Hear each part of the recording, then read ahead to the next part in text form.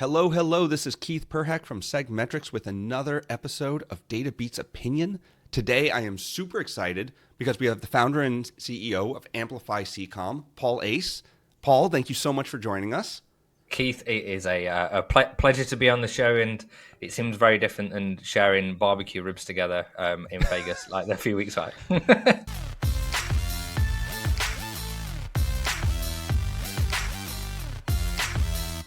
So this was great because we've known each other, 4 or 5 years at this point, Yeah. right? And we have never met. You're in the UK, I'm in Portland, Oregon, US. And we finally got to get together for Funnel Hacking Live about a month ago. And man, it really reinforces to me how well people can hit it off when they're actually in person. Like there's a limit, I think, to how much you can enjoy being with someone that's only on Zoom. Like I love whenever we're talking, but it's like being in person was just like, it felt like we clicked, right? Yeah. Like Yeah, we spent feel like the so whole day similarly. together. Exactly. And we feel so similarly about marketing and about data and about how to use all this stuff together. And that's where this interview came from as well. And so I'm very excited to have you on and talk through some of the magic that you bring to your clients every day. Yeah, it's going to be super exciting. So I don't really do slide decks because slide decks are, let's be honest, as if people watching this as a marketer or a coach, they probably had death by PowerPoint about 1,000 times. So I did the same thing and I put it in a Miro board instead. But you get different sizes, right? You get the scroll I've done down. It's more different dynamic sizes. than We might have a yeah. few surprises in there. It might be a surprise to me as well. But we'll see we'll see how it goes. So if I'm cool to share my screen, we're just going to walk through a few things and help people get as much value out of this call and this webinar as possible. Is that cool? Let's do it. Wicked. And you let me know if anything, if you need glasses to see it, I'll probably zoom in a little bit. Okie dokie. So the first question you want to ask is, by the end of watching this webinar, will you feel like you want to whack your computer and break it in half with a sledgehammer? And that is a question we all ask when we start on a webinar. This is not going to be a hypey webinar. This is not going to be full of a load of rubbish. This is going to be actual tactical stuff that you can use in your business straight away. There's not going to be any hard pitch or anything at the end, but I'll tell you right now, you should use SegMetrics. And I've been saying that for the last 5 years anyway. So that being said, what are you going to learn through this today? You're going to learn how to make your customers worth more money sooner on day 1, on day 7, and day 30. You're going to learn how to discover how to get your marketing money back from ads faster so you can grow quicker. You're going to find out which parts of your business bring in the cash the fastest. You're going to get simple tools to track how quickly your money comes back to you. And you're going to walk away with clear steps to make your coaching business, or even if you've not got a coaching business, whatever kind of business you got, to make it grow faster. There's quite a lot of promises in there, Keith, I'll be honest. So I know you can deliver, man. So we'll see. We'll see if the postman is late. So the question is, how fast is your cash? Is your cash like a lazy river, like this one over here on there, or is it more like this guy, right? Who wants to go phew, super fast? So because depending on how fast your cash is, that dictates how much you can scale, right? And I'm going to show you exactly, this is something called cash conversion cycle, which I'm going to show you exactly what that is in just a minute. But before we do that, I'm going to, who the heck is this guy, right? I think that's that guy from Oasis or something. Who the heck is this guy that's showing you this presentation? So just to show you what we've got on here is legit. And it's not like, this guy just made a load of stuff up. Here's some screenshot. By the way, this screenshot, I built this report in SegMetrics, so you should try it out because it's really cool. So the first one is, we took someone who they were doing 4 million a year. Then they went to 5 million a year after 12 months working together. Another 12 months together, doing 7.5 million a year. Another 12 months, then they're doing 20 million a year. So in 3 years, we took them from 3.5 million profit after ads to 12 million profit. Another one down here, we took them from 9 million in revenue per year, 8.9 million to 20.3 million in 12 months. So if you can't see the dates on there, that's January 2021 and then January to December 2022. This one here, again, I use this SegMetrics report here, and we took them from 1.1 million roughly to 1.9 million. This was in 90-day period. And then down here, then they went from 1.9 million to 3.68 million. And this is actually more, it's actually 4 million, but some of them were like wire transfers, etc. So in 15 months, it went from 1.1 million to 4 million a month. So how do we do that? Because So we you have know the credentials, is what you're saying here. So we have a little bit of proof, right? And I'm not saying that it's in a braggy way. I'm saying it because there's potentially some people in the space that tell you what to do and they haven't actually done it themselves. So I just want to show you what I'm showing you is from practical advice, and it's stuff that we've done over and over again. And SegMetrics has been a big part of that. That makes sense, Keith. 100%. Let's do it. Here's a 60 seconds about me. Like, we're not going to go into a whole backstory of how, like, I had a dog in a caravan and spent years on the doll or anything like that. But the 60 seconds is I started off working at the Subway. Then I moved to a place called Greg's, which is a bakery in the UK. I was a store manager running 20 staff at 20 years old. This is my celebrity credibility, so you know who I am. I have met Spider-Man. And then as we go further down, we have I was a wedding singer for 5 years. Naturally kind of learnt about marketing and stuff. I know it's a progression from working in a bakery to being a wedding singer. Married my lovely wife. She married me for my body. Yes, obviously these pictures are all real. That picture, yes, my wife is real. Maybe the body is not quite so much. Then we started a bridesmaids dress business. Off that bridesmaids dress business, we almost went bankrupt. It's a big long story about that, but basically I didn't know my data correctly. This is why I got so data obsessed, and my refund rate was higher than I thought it was. But since then, I took what I learned from that, which was marketing, applied that to my own business. Now I'm learning to fly, which is super cool, and it gives you a different perspective on life, and you realize like you're just a tiny cog in the wheel. And this is how I think I look about myself. This is probably how I look about myself, and this is how I'll eventually look about myself. Keith, is that a bit of a whistle stop tour of me in 60 seconds? That was wonderful. There you go. No notes, Paul. No notes. Don't need notes. I don't do notes. Okay, so what problems are we solving in the business? We're solving 3 core problems. You're not making enough per sale, you're not getting enough repeat buyers, or you're not turning enough leads into buyers, right? So, and the bonus problem, you don't know what to fix first. Why don't you know what to fix first? Well, because you don't have the right data, right? So how do you fix each one of those? You get customers to spend more on each sale, you get customers to buy more often, and you get more customers to turn into buyers, more leads to turn into buyers. And we do that through something called the cash conversion cycle. So what is cash conversion cycle? Well, another way of putting it is sales velocity, right? So sales velocity is how much someone's worth it on each day of the journey. But I look at cash conversion cycle of how quick does that cash come back? So if I spend $1, right, on day one, I might get 50 cents back. So I've got a 0.5% return on my investment, right? At that point, I'm not very happy. At day 30, maybe I've spent that dollar 30 days ago, and in 30 days' time, I make $1 back. Yay! I'm a break even. Great. I look okay about that. Then we get to day 60. What happens at day 60? Well, maybe then I'm at 1.5x return. So I'll put $1 in, and I got $1.50 back. Yay! Now I can take my wife out to McDonald's. Great. Then we get to day 90. What happens on day 90? 4x return on investment, right? And by the way, these numbers are different for every business, but this is just an example. So I'll put $1 in. Guess what? You're probably adding up the maths by now. You get 4 back. Look, I've gone from to Then we get to day 180, also known as 6 months in old money. 6x return, right? $1 in, $6 back. Day 365, you put $1 in, and guess what? You get 20 back by day 365. So you go from wow to woohoo, right? And imagine how many times I can take my wife to McDonald's if I'm putting $1 in and getting 20 back. That's amazing. So that's what the cash conversion cycle is. And then there's something called compounding, right? Now, you might have heard the word compounding before. You probably have. If you've got any investments or anything, you probably heard the word compounding. So you're compounding like this, right? Where you took a snowball down the hill and it just slowly stops, right? Or are you compounding more like this? Right? Where I think this snowball actually runs someone over as well halfway, right? What what kind of compounding do you want to do in your business? And here's the thing: is all these tests and all this cash conversion cycle stuff that you do that I'm going to teach you how to do in this webinar today.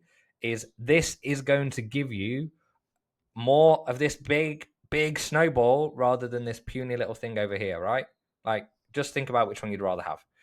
So, and trust me, we're going to get into the tacticals in a minute. But if I don't show you this piece, I need you to be bought. I'm a marketer, right? You need to be bought in on the idea of doing the thing. Otherwise, you're not going to do the thing. And then I'll be doing you a disservice. So, cash conversion cycles. Long cycle equals tortoises. Low growth. I think that's a tortoise, by the way, not a turtle. And then short cycle equals fast growth. Rabbits or a hare. Again, I'm not quite sure which. I'm not an animal expert. I'm more of an expert on cash conversion cycles.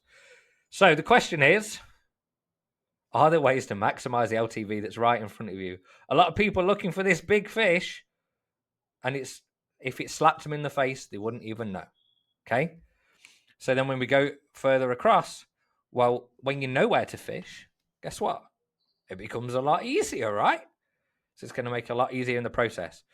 So you probably, at this point, you're going, okay, Paul, look, I get the analogies, but how the hell do we actually do this? And Keith, is this all making sense before we go into the nitty gritty? 100%.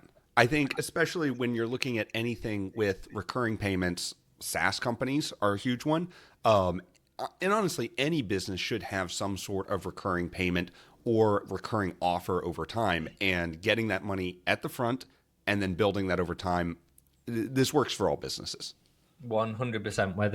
Whether you're selling coaching, whether you're selling e-com, whether you're selling funerals, whatever you're selling, right? It doesn't matter whether you're selling McDonald's Happy Meal toys at the market. Doesn't matter. It will make, if you get your cash conversion cycle shorter, it allows you to scale quicker. 100%. So let's go into the fun stuff, right? This is for the geeks out there, like me and Keith, and you if you'd like to make more money. If you don't like to make more money, this is the part of the webinar where I'd recommend not a you good part switch of it the off. webinar. Yeah. Right. It's not a good part of the webinar. Okay. So we're going to have a bit of a change of screen here. So Keith, just checking, you can see the sales velocity screen, yeah? Yes, indeed. Okay, so Keith was gracious enough to give me a demo account so I don't share any of our client data. So I literally only looked at this for the first time this morning. So bear in mind, these are new insights to me, right? So when I'm going through this stuff, I've only looked at this data for probably 10 minutes. And within that 10 minutes, I've already spotted opportunities that we can use to grow the business. So this, for me, now this might be different for other people, but for me, when I use SegMetrics, this is the most important tab in the whole SegMetrics ecosystem, everything that they do, right?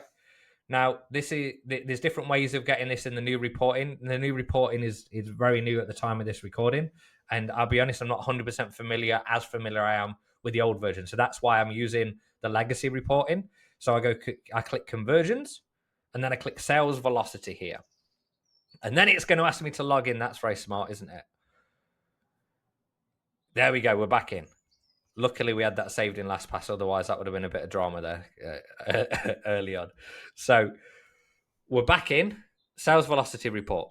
So what does this do? Well, basically what it does is tells you how much your customers are worth, and it tells you how much your leads are worth over time. So what we look at, remember, what's our aim? To shorten the cash conversion cycle and find the most profitable path in the business. So you can look at different date ranges, right? You could look at yesterday. So I just click where the date is created, yesterday, last 7 days, 14 days, 30 days. Could look at last year, last quarter, right? All these different date ranges, and even all time. We can look at the whole shebang. I'm going to look at last 90 days because I like to sometimes look at the shorter windows. So the reason I like to look at short windows but not too short is I want to understand what's happening in the business right now, not what happened 5 years ago. Now, when I first come into an account, a lot of the time when we partner up with people, we're going to see like what happened historically. Tell us all the things that happened, right? Like, what's the data telling us? Because that's going to inform us where we move forward. However, then when we start to grow those things and we've got those things in place, then we're going to look at some shorter time horizons because it gives us the idea of the pulse of what's happening in the business right now. So you'll see on here, right, there's this thing here called lead value growth. So you can see this chart of how much that lead grows over time. So if I'm just looking at any lead in the ecosystem, I'm not filtering by anything right now. I'm not looking at certain lists or certain campaigns on ads or anything. This is just everyone, right? In the last 90 days, we've had 5,580 leads, and then we've got a lead value of 140 on average, right? So we look at it and we go, well, where do we hit 140? We hit 140 at day 75 is where we hit 140, right? But up until this point, remember what we're talking about on how much are they worth on day one? Well, you're going to spend, let's say you're doing this through paid ads. You spend money on day one, right? And guess what? You spend $1, you get nothing back. By day 9, you're starting to sweat a little bit more because you're just like, so we're not got any money coming back. And then what happens? Well, on day 12, then that $1 is worth $47. Wow, that's amazing, right? And then that $1 is worth $132 on day 14. Now, I'm not saying you're going to get 132x ROAS, but you get the idea. So, how do you find where the most profitable path is? Now, these are some of the most important things that I look at. Is firstly, we look at this thing called tags. So you can filter, if tags doesn't come up in here, you just click this other thing and you can filter tags from here, or you can just type in tags and tag categories and all that stuff. I search tags. If you're using HubSpot, by the way, HubSpot doesn't use tags, so you have to use lists instead, but you can look at tags or lists. Tags are a little bit more micro and lists are a bit more macro. So what are tags? Well, tags are those things that you add if you are running, like if you've got active campaign, whatever your email autoresponder is, right? I just said active campaign because that looks like that's what this is. Is that what your demo account's linked to, Keith? Yeah, this is active campaign. Okay, great. So like when you're setting up an automation, what we recommend is you start a tag at the start of each sequence, and every action that happens in a sequence, you want to have a tag for it. So you see Keith, he's been very due diligent with this, right? They started the sequence, they clicked the email, right? They downloaded the thing, whatever the thing is. So what I'm looking at here is going, where's the money? Show me where's my money. You're right. You ever seen that Tom Cruise gif where it's like, show me the money? That's what we're looking for here. So if we look at day 1, day 2, day 7, well, none of them were worth any money. So I'm filtering through going, nope, nothing in there. Okay, so maybe I'll go, is there any more rows? Filter, no more rows than that. There's probably less than 25 rows there. So we're going to click this button that says lead value, and we can sort by lead value. Now, surprise, surprise, if you're in the UK, in the words of Cilla Black, surprise, surprise, the highest lead value is purchase. Well, that makes sense, doesn't it? Because they made the purchase. However, if they are in the webinar one, we can see certain ones of these have got a higher lead value than others. So if they stay, and then if we can't quite see all of it, you can just click this little filter button, by the way. So I click filter and I go up here and I can see it says stayed for 90 minutes. So, and you see how that's added that as a filter now straight away. Now I could say, hey, can we filter where they stayed anytime? Or I might just want to say, hey, I want to see if the contact was created in the last 90 days, but I only want to look in the date range, right? I only want to look at in the previous 30 days. So that's going to show me different results right on here. And so the lead value is going to change. It's going to show where the day 14 lead value is. So I'm just going to delete that for a second. And we come down here and then we start looking through and going, okay, well, if that's got a higher lead value, where do I need to get them to in the journey? And so this comes down to consumption, right? So if they, and I want to see what this one is called. So replay, right? So if they watch the replay, I know they're worth this much. So I'm just going to filter by lead value again. If they watch a replay, they're worth $441. Now, then all I need to do is reverse engineer how much does it cost me to hit each one of these events. So if someone registers for the webinar, they're worth $333. Okay, how much does it cost me for a registration?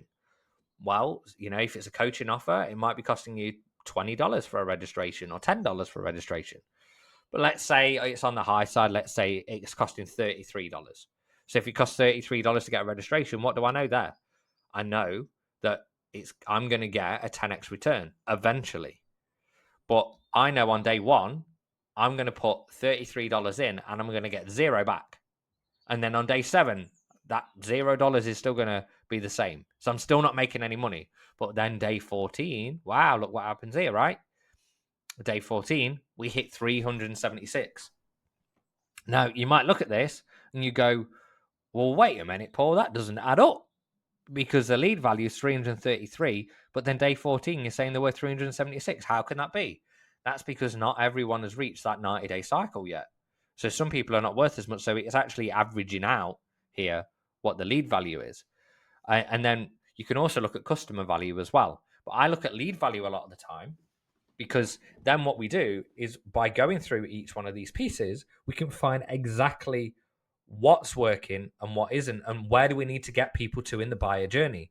So I might be looking at it going, oh, okay, well, if someone registers, they're worth 333, and if they attend, then it's 483. Great. Is it harder to get someone to attend, or is it harder to get someone to watch a replay? Well, let's look at the percentage of people that are actually consuming the replay right now. And then we start asking ourselves a question. So, Keith, I'll open this one up a little bit.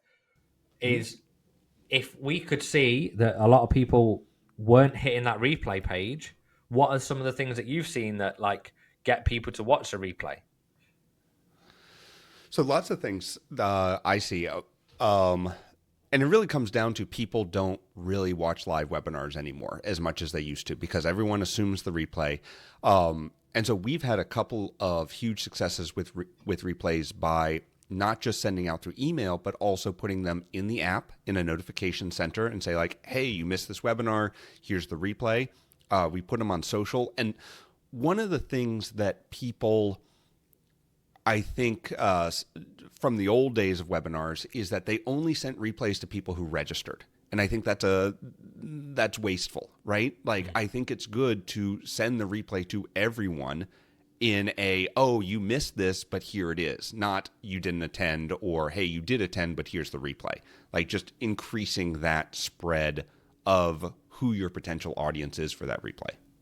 And with that one of sending it to the other parts of the list, one of the things that we found, especially as those lists scale up, when you, for example, you've got 250,000 people on the list, one of the things you want to be careful of is don't kill the list with replays. 100%. As well, right? So or like, don't kill the list with just webinar promotion after promotion after promotion. You need to like segment some of that stuff off, where you've got people in certain windows depending on what action they've taken, and at the same time, Keith is so right. Like, sometimes you can just mop up the gravy by sending a replay to someone who's maybe not received an email from you for a while because they've not been on that segment, and then it just gives you a kick in your LTV, which you didn't even know you were going to get. So that's a great starting point there. Then the other thing that we'll look at here is to go, okay, it's not all about the highest lead value. It's about how much does it cost us to get that lead, and then how much is that lead worth, and that's the real important thing. So if we go down here, we might look at this and we go, okay. So I start just breaking it down and going, okay, this one downloaded. So I'm going to see what this is. Downloaded chat list. Now, I haven't got the data here, but I'm just imagining that someone to download a chat list, it's not going to cost $153 to get someone to download a chat list, right? Probably nowhere near. The other thing we want to understand is, where are they downloading that chat list in the journey? And this is where you have to start going through some of the customer data. Keith, I don't know if this has got customer data in the demo or not. Has it? Yep. Okay, cool. So what we can do here is, if I go, okay, I'm going to look at the downloaded chat list, and I'm going to just go filter by that again. Remember, we filtered up here. So what we're going to do now is then look at the customers. And then I can go, okay, let's grab this one here. So they've made 4 orders. In fact, what I'm going to do, I'm going to start looking for my best customers, right? So if people who downloaded that chat list, but then where are they coming from? So this one came from social, email, direct, right? So, and by the way, you can create reports on these as well to see how many exactly. But I'm just going to click on this one. So when I click on it, what's going to happen? It's going to start showing me the rest of that customer journey, right? So I can see their lifetime value was 2,400, and they joined this VIP community. So if I go back through the journey, I go, okay, well, where did they start? They started with a newsletter. Well, in fact, they started with this example webinar, and then they joined the newsletter list. Okay, so because if it looks like this, it says join list, and Mm-hmm. then they went through funnel A, and then they downloaded a chat list. So it wasn't the fact that they downloaded the chat list that was the first thing that they saw. So what we start to do there is go, okay, is the chat list an important part of the conversion cycle that people need to see in order to increase that lifetime customer value? Or is it the first thing that we need to do to get them into our world? So that's where we can start then filtering based off the example webinar, for example. And we go, okay, how many of those people who saw that page actually what's the how many people are seeing that? And then are those people are the ones that are converting?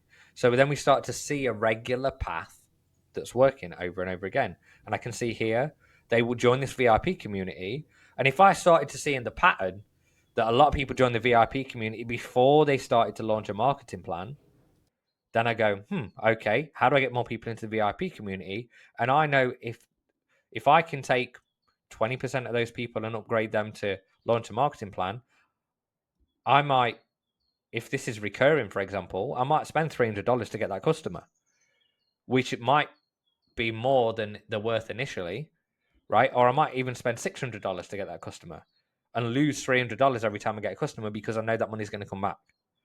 So this is how we start then looking at that conversion cycle.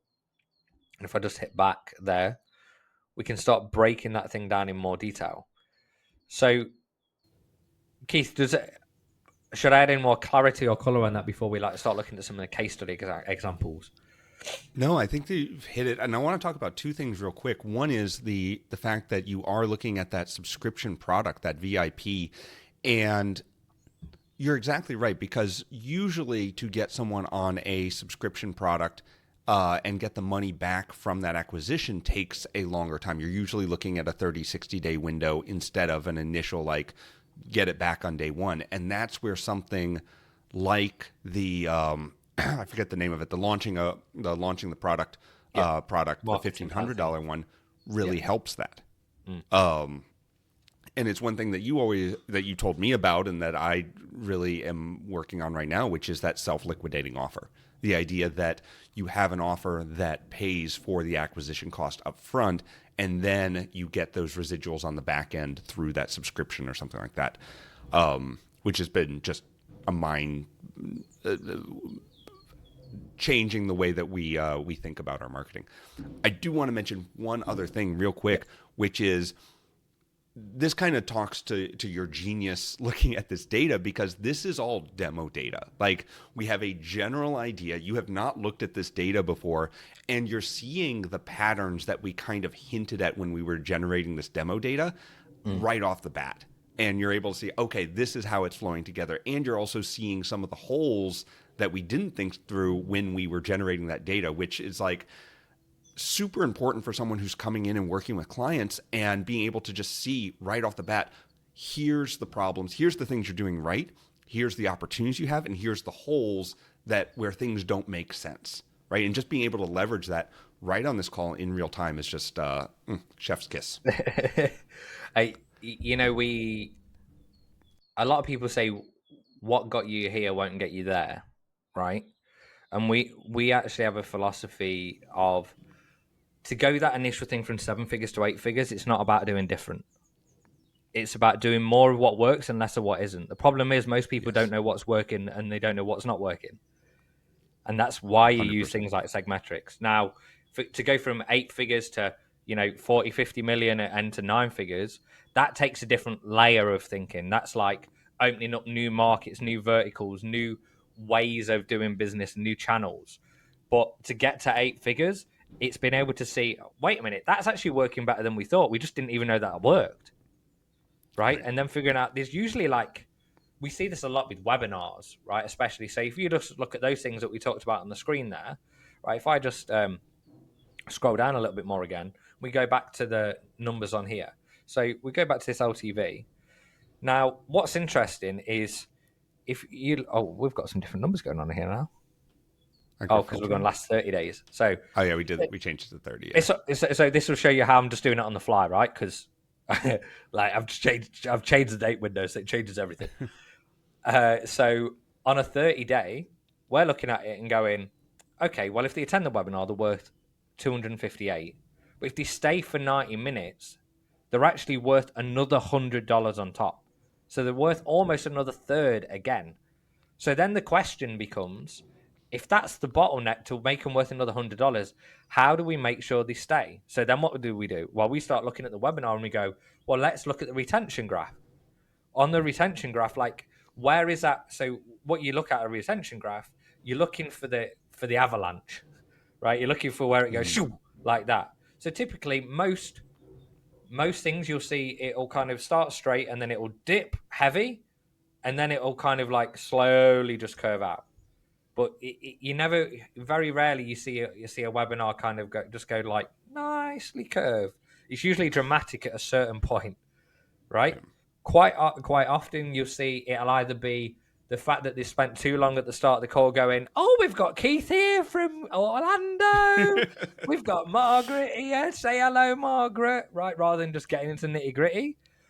Or it might be the part where, you talk about the backstory when your dog died back in 2004 and that inspired your journey for, you know what I mean, right? We've all done the backstory Yeah. things. Okay. So where we are in the marketplace now and where things are changing is that level of awareness is so much higher. So when the awareness is so much higher, you notice when I went through my backstory, I tried to make it as entertaining as possible and make it 60 seconds. And I actually recorded myself doing that bit this morning because I wrote in 30 seconds. And I went, oh, I can't do it in 30 seconds. It needs to be 1 minute, right? So it's pretty much bang on a minute. Why? Because instead of people don't really care that much. They want to know a little bit about you, so they just get that Christian credibility, but they don't want to hear your half an hour backstory Yeah. unless you're selling. So especially if you're selling to low emotional state buyers, right? People who are kind of just looking for a way out, looking for something. They will listen to more of the backstory. Why? Because they're used to living in a world where they're listening to more Netflix for a longer period of time and stuff like that, right? They're looking for entertainment at the same time. People are more higher emotional state. You need to move faster because otherwise they're going to gloss over those things and they're just going to be like, oh my God, here we go again. Right. So that's why you look at your retention graph to understand as well, how is your buyer or potential buyer looking at your actually consuming your world? Because a lot of this actually just comes down to consumption. Does that make sense? 100%. Fantastic. Let's jump out of SegMetrics, right? We'll just jump out of the data for a second. And then we're going to jump into this bit, right? So there's not a lot of text on on my Miro board, but this one's the important one. So 3 steps to making the most profitable path. Number 1, set up the data insights test. So what do I mean by that? Well, it means actually add the tags into your CRM so you can measure everything. Like add in forms into your consumption of your program to see where they get to in the journey. Look at your retention graphs on webinars, etc. Then secondly, analyze the data. So go into SegMetrics, do exactly what I just showed you there. And then thirdly, put an action plan in place to fix it. Because if you don't actually clear on, okay, how are we going to fix it, then nothing happens, right? It's just like data in disguise. I like the phrase that Alex Hormozy says. It's just nothing more than mental masturbation, right? It's straight to the point, but Yep. it's right. So how to speed up the cash conversion cycle. Here's some ideas you can use on point number 3 on here, right? So flash sales, affiliate offers, add recurring memberships in there. Call every customer. Who does that, right? Who actually calls the customers and go, hey, did you have a good experience? Was there anything you couldn't find? So we did this when we sold bridesmaids dresses, right? Back in the day. And I called every single abandoned cart, every single one. So what happened? I had this app on Shopify that the messenger would trigger every time I got abandoned cart, and it say this person just abandoned the cart. Here's a script to use, and here is the Here's a phone number. So just click the button, and I click one button and it call them straight away, right? This is a secret power, I think, for our industry, which is, and I forget who coined the phrase, but do things that don't scale.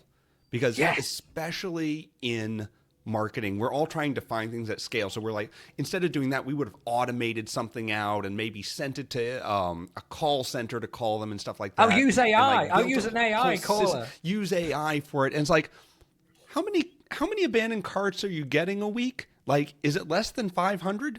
You can make 500 calls a week. It's not that hard. 90% of the time they're going to say no, and that was a 20-second call. Like, it's worth the time to put in the effort because no one else is doing it. Like, it is a secret power. It is a superpower to success. There's actually two benefits to that as well, right? So number one, you get paid for customer research. So you get to fix number one your landing pages. You just go, why didn't you buy? And they tell you why, and you go, okay, add that to the FAQs, change that in the messaging. Number two is I close like 50% of those abandoned carts on the phone there and then, right? There you go, free money. And I'll give people the script right now. You can just use this in your business. This is like quick hack, right? So I call them up and I go, ring, ring. Keith, you can be a bride to be. All right. Ring, ring. I'm not gonna do a false. You trying to do the voice, though, weren't you? Trying to do the voice. So you say hello. Hello. Because that's a normal thing to do when you answer the phone, right? Not who's this? Get off my phone. Yeah, wait. It usually is who's this, right? This is Jane.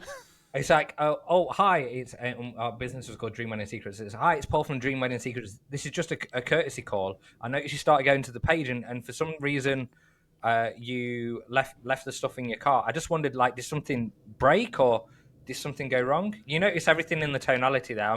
It's just curious. It's not like, why didn't you buy? Right? We're not going to say that to people, but yeah. What happened, Keith, bride to be? I needed 6 more shades of blue to look over. Oh, well, actually, so that it's great that you say that. Did you notice that we've actually got cobalt blue, we've got sky blue, we've got this blue, we've got that blue? That's great. I would love cobalt blue. I don't know the difference between my blues. Are you married, Keith? Huh? I am, yes. I hope you don't do role play.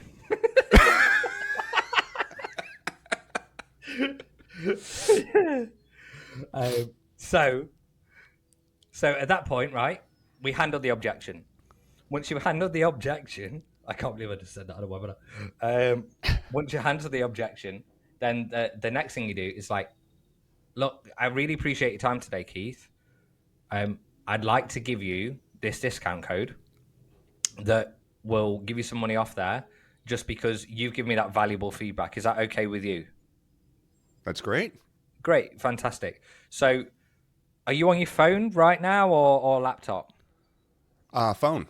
Phone, great. If you just put me on speaker for a second. Beep. By the way, this is good. Thanks for the beep. See, now he's stepping up his role play now. I love it. So you say, thanks for that. Thanks very much. And then I say, right, so if you just type in dreamwedding-secrets.com in there. Great. Is that still pulling your order from before? Yes, it is. Oh, great. Yep. So I just want to make sure that discount code works for you as well, because I feel terrible. I forgot off the phone and it didn't work. So can you just type in that discount code on the order page? Yeah, great. Is that working for you? What does it say now? Oh, it's not 20% off. Great. So if you just click the put your details in, I'll make sure your order's gone through, and then I'll make sure it's all safe and sound. Perfect. Did that go through for you, Keith? 100%. I got it. It says fantastic. it'll Let be me there just in check 3 it my days. end. Yeah, I've checked that. That's all gone through. Fantastic, right? That's how we're making £400 orders. This is interesting. This is interesting because one of the things that they say with SaaS companies and SaaS products is to do a reverse sales demo where you're not really showing them the product with demo data. You are leading them through signing up to get them over that hurdle, and then you do the demo with their actual data. And so you've kind of done the same thing here where it's like, oh, we have this coupon code. I just want to make sure it works for you, and then bring that in. And it's a natural progression into that. 100%. So anyone who listens to that piece, like, I don't know, take this part of the webinar, transcribe it, turn it into a prompt or whatever. There's another video I've got on YouTube that walks through that whole process as well. So feel free to watch that. Just search Amplify C-Com on there. So that being said, I'm going to run through these case studies really rapidly because we've got a limited amount of time. So Oh, yes. first case study of how we've done this, right? We asked the question, what do they need to consume to buy? So this is with the challenge funnel. Problem is, we didn't know what they were consuming. So the solution was, in the challenge, we added daily homework forms to each day of the challenge that tested the learning and then motivated them with a prize draw to make sure they actually completed that on each day of the challenge. And here was the crazy thing. We found if they completed the homework form on day 4, that their lifetime average customer value doubled. So what did we do? We added in a concierge follow-up process that everyone got assigned to accountability buddy, and then automated a daily SMS, and then a human responded to any replies, right? The things that don't scale. So we added that in, doubled the LTV in 30 days, right? Magic. Holy moly. Right, next case study. Here we go. Fast case studies. Book a call VSL funnel. The question was, what message gives them the most profitable customers? So this was basically opt in to VSL, to type form, survey, and then book a call. So what message gives the most profitable customers? Problem was, we didn't know which message brought in the best buyers. So solution, we added a unique tag for every opt-in page split test. So every single test that we ran on the split test, we had a unique tag, and then we tracked the sales velocity, right, that LTV through, to see which one in 30, 60 days actually was worth more, which was really helpful. So after 30 days, we found which headlines were bringing in the high value buyers. And then even if the opt-in rate was a little bit lower, we could then get another 20, 30% on the LTV, which was worth a lot more than having that extra lead in the database, right? So then we changed the main headline opt-in and made that the new control. The result, in 12 months, we grew that business by an extra 11 million, right? And that was a major contributing factor to that. That's case study number 2. I think how many we got more? We got one more case study. Quiz funnel. So what type of customer was the most profitable? For example, which avatar is the most profitable? We didn't know. So that was a problem. We didn't know which avatar was the most profitable buyer. So we set up a quiz funnel on the front end low ticket offer to ask what kind of avatar they were. Then we found out that corporate mums actually were worth a lot more than stay-at-home mums by looking through the lifetime customer value of those people. So what do? We changed the front end messaging to go just towards corporate mums. The result, we increased their back end high ticket conversion rate by 42% in under 90 days. How much more money would you make if your back end conversion rate went up 42% in 90 days? Right? So quizzes are still my favorite thing for lead gen because they get people to tell you exactly who they are, and you can then understand, just like you're saying, understand who your best customers are with something like SegMetrics, and then target those people even better. And on top of that, you can pre-frame the sale because you say, what's your biggest challenge, right? So what stops you doing it right now? And then guess what? On the thank you page, you say, you answered these things, and this is why these are now no longer a problem. And you also 100%. Get them thinking about the desires. One thing that, by the way, just a little hack on quizzes, when we tested the front end page, it was like, the first one was, are you, like, got them to self-identify, like, are you a mom, a dad, a grandpa, etc., right? When we changed that to where did you hear about us, and then put reputable sources like Forbes or Tony Robbins, like, the conversion rate went up like 30%. It was madness. That's hilarious. That's awesome. Yeah, so and this one's, it depends how ethical you want to be, right? You never say that you've been on something that you haven't, but as a marketer, there's not too much wrong with going, did you hear us on Forbes? Maybe no one heard you on Forbes, but they go, oh, it must have been on Forbes, right? Yeah. You can go that way if you want to go to that way. You don't have to go that way, but we were kind of like, Facebook, I always have an option for otherwise people get stuck in the funnel. So that's just a great little hack on there. So at the start, we said, is this worth my time? Remember, I want you to make a decision now. Are you going to get a sledgehammer and hit your computer really hard? Or would you rather actually go, I'm going to implement that stuff? So we said we're going to teach you how to learn your customers to be worth more sooner. Discover ways to get your marketing money back from ads faster so you can grow quicker. We shared how to do that. Find out which parts of your business is bringing in cash the fastest. Get simple tools to track how quickly your money comes back, and walk away with clear steps to make your coaching business grow faster. Keith, do you think we've achieved all of that? I think we've gone through all of them in record time too. Boom. There we go. Right. So, final thing, if you want help implementing these kind of results in your business, firstly, you can get my book as a complimentary gift. On the thank you page of that, you can book a call if you want. There's a 20-minute video that walks through it. This, by the way, we have a 9-step roadmap. This is just one piece of the 9-step roadmap, right? That helps create all that leverage in the business. So on the screen right now, you can see there's a QR code there. You can scan that. I'm going to keep that up on there for the last couple of minutes that we've got on here.